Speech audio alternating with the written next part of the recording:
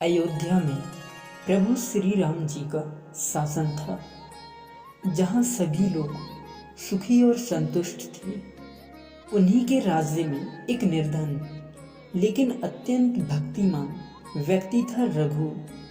वह भगवान श्री राम जी का अनन्य भक्त था और प्रतिदिन उनकी पूजा करता था। रघु के पास धन संपत्ति तो नहीं थी, लेकिन उसका हृदय भी राम की भक्ति से परिपूर्ण था। वह प्रतिदिन अपनी छोटी सी झोपड़ी के बाहर बैठकर राम जी का भजन गाता और लोगों को धर्म और भक्ति का महत्व समझाता। एक दिन की बात है, प्रभु श्री राम जी ने अपनी लीला रचने का निर्णय लिया।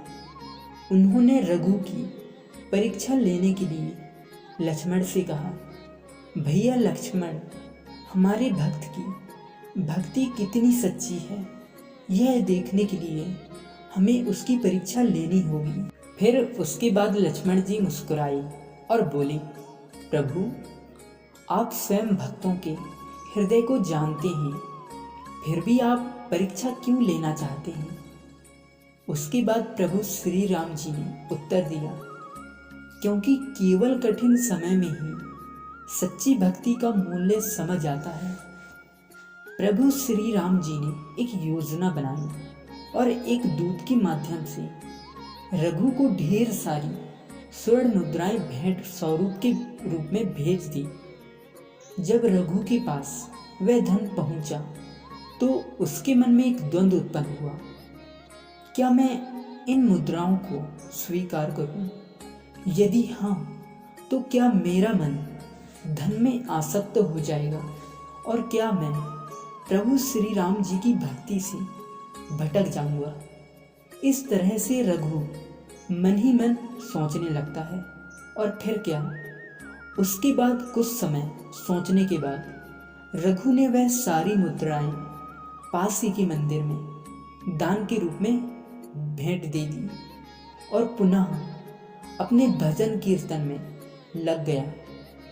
यह बात जब प्रभु श्री राम जी ने सुना तो वे अत्यंत प्रसन्न हुए। वे स्वयं साधु का वेश धारण कर रघु के पास गए और बोले, वत्स, तुमने इतना धन क्यों त्याग दिया? इससे तो तुम्हारा जीवन आरामदायक हो सकता था। उसके बाद रघु ने विनम्रता पूर्वक उत्तर दिया, प्रभु, मेरे लिए सबसे बड़ा धन आपकी भक्ति है। यह धन तो क्षणिक है, लेकिन आपकी कृपा सदा बनी रहे, यही मेरी सबसे बड़ी संपत्ति है। और फिर क्या, प्रभु श्री राम जी ने यह बात सुनकर अत्यधिक प्रसन्न हुए और प्रभु ने अपना वास्तविक रूप प्रकट किया और प्रेम पूर्वक कहा, रघु, तुम्हारी निस्वार्थ भक्ति ने मेरा हृदय जीत लिया है। मैं सदैव तुम्हारे साथ रहूंगा और तुम्हें कभी भी किसी वस्तु की कमी नहीं होगी। देखा दोस्तों, यह कथा हमें सिखाती है कि सच्चा धन भौतिक वस्तुओं में नहीं, बल्कि भक्ति और सच्चे विश्वास में होता है।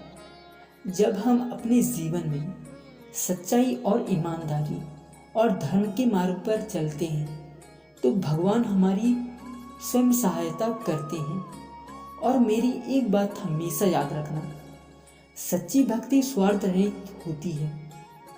धन संपत्ति क्षणिक है, लेकिन ईश्वर की कृपा अनंत है। कठिनाइयों में भी विश्वास बनाए रखना ही सच्ची परीक्षा होती है। भगवान श्री राम जी की ये प्रेरणादायक कहानी हमें सिखाती है कि सच्चा प्रेम और भक्ति कभी व्यर्थ नहीं जाते। यदि हम सच्चे मन से उनकी आराधना करें तो वे हमारी हर कठिनाई को हर लेंगे।